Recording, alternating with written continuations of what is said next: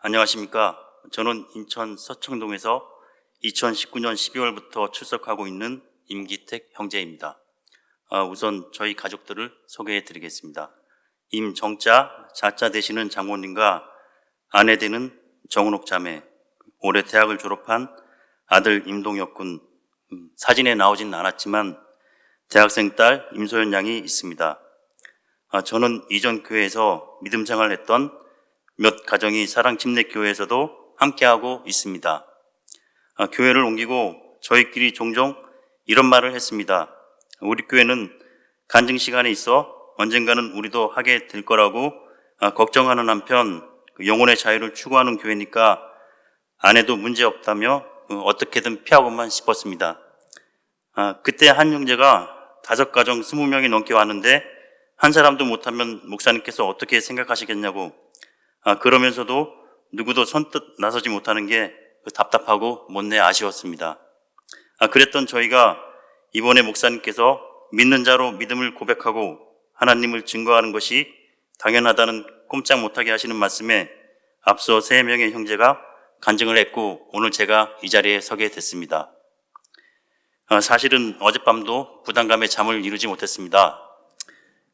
많이 부족하지만 넓은 마음으로 들어주시면 감사하겠습니다. 저는 로마서 8장 28절 말씀을 인용해서 모든 것이 합력하여 선을 이루게 하시는 하나님이라는 제목으로 간증을 준비했습니다. 저의 믿음의 여정 가운데 역사하신 하나님의 은혜와 사랑침례교회로 오게 된 가정, 그리고 이곳에서 느낀 것 등을 말씀드리겠습니다. 제가 처음 교회를 다닌 것은 모태신앙은 아니었지만 믿는 가정에서 교회 학교 때부터 다니기 시작했습니다. 처음 다녔던 교회에선 성경을 배우고 고등부 때 주님을 영접하여 구원받고 그곳에서 결혼하여 2 아이도 얻었던 만큼 특별한 의미도 있었지만 여러 가지 비성경적인 일들로 지금도 아쉬움이 많은 교회입니다. 2002년 부모님으로부터 분가해서 인천의 이전 교회로 옮기게 됐습니다. 그 후 얼마 지나지 않아 어릴 적 교회는 교회 재정을 목사님이 개인적으로 유용한 문제와 세습 문제로 교인들이 1층과 2층에서 각각 예배를 드리며 대립하다 결국은 목사님을 반대하는 분들이 교회를 떠나게 됐습니다. 그때 장로님으로 계시던 저희 아버지도 교회를 떠나시게 됐습니다. 비록 내색은 않으셨지만 교회 일로 일상이 피폐해지고 오랜 노력과 헌신이 물거품처럼 사라져 버린 것 같아 저도 교회에 대한 상처와 분노를 느꼈습니다. 이런 가정을 보면서 교회나 세상이나 별다른 차이가 없다고 생각했고 신앙생활도 형식적으로 임하게 됐습니다. 그래도 어려서부터 수없이 들어온 주일 성수와 11조 생활을 마지노선처럼 지키며 이전 교회에서 10년 넘게 신앙생활을 하게 됐을 즈음 삶의 문제가 기도로 응답받고 해결되는 체험도 하게 됐습니다. 그러면서 하나님을 이전보다는 더 의식하며 살게 됐고 권사 직분도 받게 되었습니다. 제가 처음 주일 예배에서 회중 기도를 맡게 되는 일이 있었습니다. 그때 기도를 준비하면서 제 믿음 생활을 돌아보는 계기가 되었고 경건치 못한 삶을 살았는데 아버지께로 나아가야 한다는 사실에 두려워졌습니다. 세상에 빠져서 아버지께서 원하시는 구별된 삶을 살지 못했던 지난 날을 회개하는 계기가 됐고 이전과는 다른 길을 가야겠다고 다짐했습니다. 이렇게 제 생각이 바뀌자 새로운 길을 열어주시는 것 같았습니다. 전혀 생각지도 않았는데 교회 새로 등록하는 새가족을 섬기는 부서에서 새가족 양육교사라는 직분으로 섬기게 됐습니다. 그러면서 말씀을 더 많이 알아야 되겠다는 마음에 말씀과 필요한 신앙서적을 보기 시작했고 새벽 기도를 다니기 시작했습니다.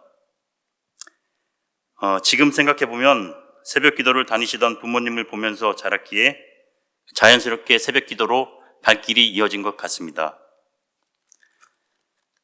교회로부터 상처받고 괴로운 일을 당하셨지만 지금도 교회를 섬기시고 믿음을 포기하지 않으신 부모님 덕분으로 저도 믿음의 사람이 될 수 있었습니다. 올해 8순이 넘으신 아버지께 필요 없다시는 인터넷을 억지로 깔아드리고 TV로 유튜브 보시는 법과 사랑침례교회를 알려드렸습니다. 그래서 요즘은 바른 말씀 전하시는 목사님으로 또 좋은 교회 다닌다고 기뻐하시고 덤으로 보수 애국 채널도 즐겨보시며 또 다른 즐거움을 누리고 계십니다. 또 하나님께서는 저에게 믿음의 사람들을 붙여주셨습니다. 그동안 꺼려했던 속회 모임도 참여해서 지금의 만수동 형제들을 만날 수 있었습니다. 믿음 좋은 형제들과의 교제로 저도 성장하는 계기가 될 수 있었으면 물론이고 세상을 포기하고 다른 길을 갈 수 있겠다는 확신이 드는 계기가 되었습니다. 나중에는 형제들 8명이 전도를 시작했습니다. 그 중에 5명이 지금도 우리 교회에서 함께하고 있는 만수동 형제들입니다. 사역자분 없이 매주 토요일 오후 우리 스스로 차와 음료 그리고 전도지를 준비하고 전도 후에 교제하며 하나님을 소망했던 시간이 즐겁고 감사했습니다. 그때 당시는 모든 것이 감사할 따름이었습니다. 별다른 욕심도 없었지만 하고 있는 일도 순조로웠고 가정도 평안했기에 그 주변의 형제들과 함께 믿음 생활을 하다 이렇게 천국에 가면 좋겠다고 내심 생각했습니다. 하지만 저에게는 새로운 길이 예비되어 있었습니다. 속회 모임과 전도를 함께하며 친밀하게 지냈던 형제님이 어느 날 갑자기 WCC에 관해서 알게 됐고 이전 교회가 소속된 감리교단도 가입돼 있다며 교회를 떠나겠다고 하는 일이 생긴 것입니다. 저는 어떻게든 잡으려 했고 주위에서도 만류했지만 30년 가까이 다닌 교회를 하루아침에 나가는 모습을 보며 놀라지 않을 수 없었습니다.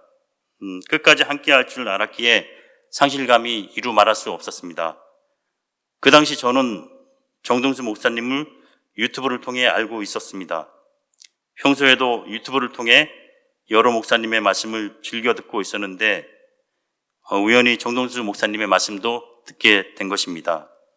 마침 집 근처인 서청동에 새로운 예배당을 건축하는 그 모습을 가끔 지나다니면서 유심히 보기는 했지만 지나친 정도였지 제가 사랑침례교회로 오리라고는 꿈에도 생각지 않았습니다.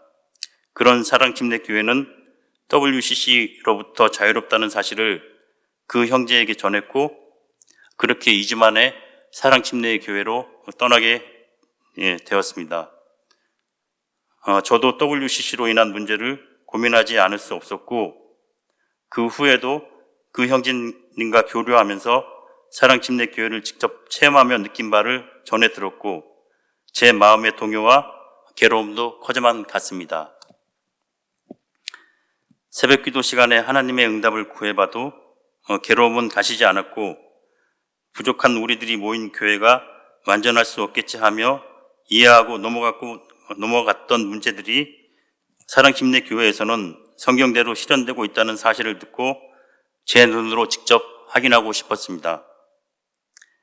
지난주에 그 형제는 혼자서 사랑침례교회에 와봤다고 간증했지만 그때 저는 장모님과 온 가족을 이끌고 정탐을 왔습니다. 지금이야 익숙해졌지만 당시로는 새롭고 낯선 모습이었습니다. 교회 안에 서점과 별도로 마련된 많은 책들, 교회 어디에도 십자가를 찾을 수 없었으며 소박하게 느껴지는 강단과 당연히 있을 거라 생각한 성가대도 따로 없었고 성도님들은 편안한 의자에서 예배드렸으나 목사님께서는 그때도 검소한 의자에 앉아 계셨습니다. 예배가 시작되고 찬송을 부를 때 경건한 가운데 성령님께서 인재하심이 느껴지며 감격스러웠습니다. 그 목사님께서 최선을 다해 하나님을 기쁘시게 해드리는 예배를 드리자는 말씀도 왠지 특별하게 다가왔고 그날따라 예배 중간에 형제 자매님들이 돌아다니시며 서로 인사하고 교제하는 시간이 있었는데 난생 처음 보는 광경이라 어리둥절했습니다.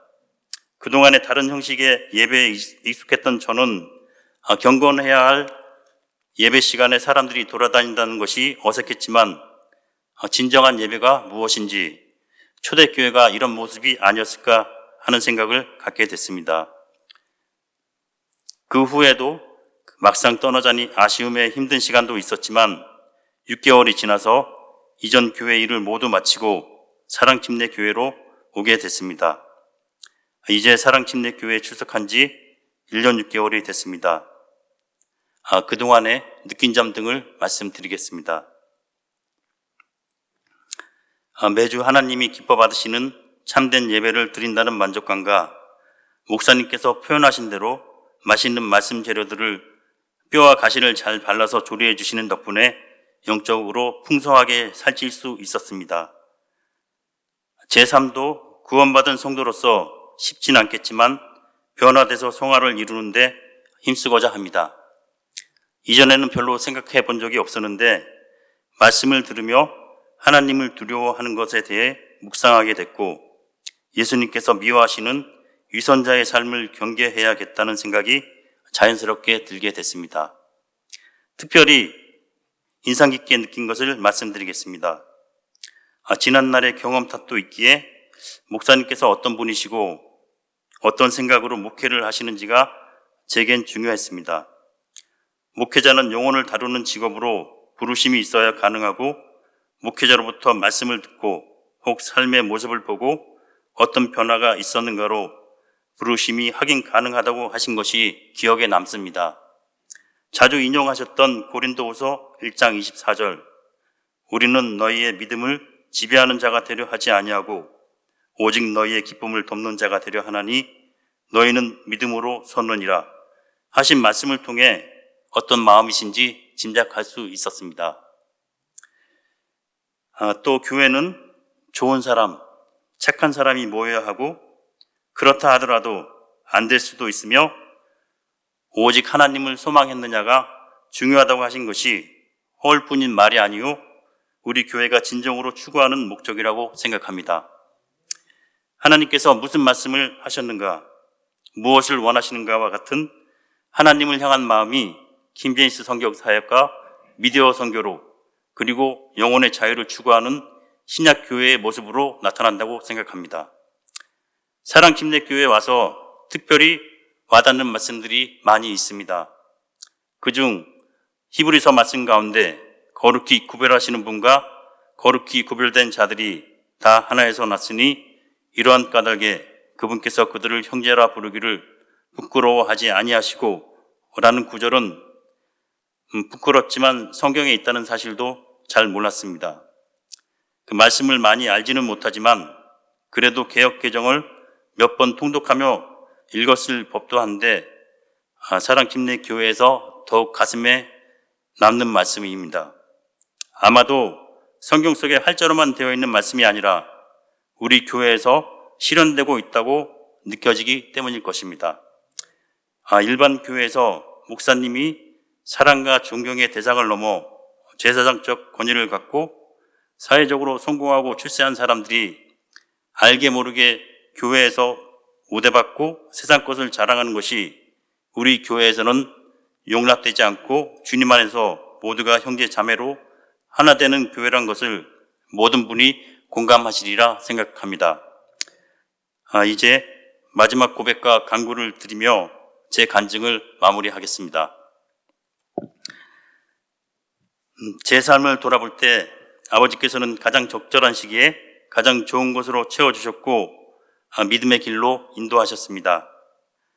다만 한 가지 후회되는 것이 제게 보내주신 아내와 자녀들을 바른 믿음으로 인도하는 것에 많이 부족했다는 아쉬움이 있습니다.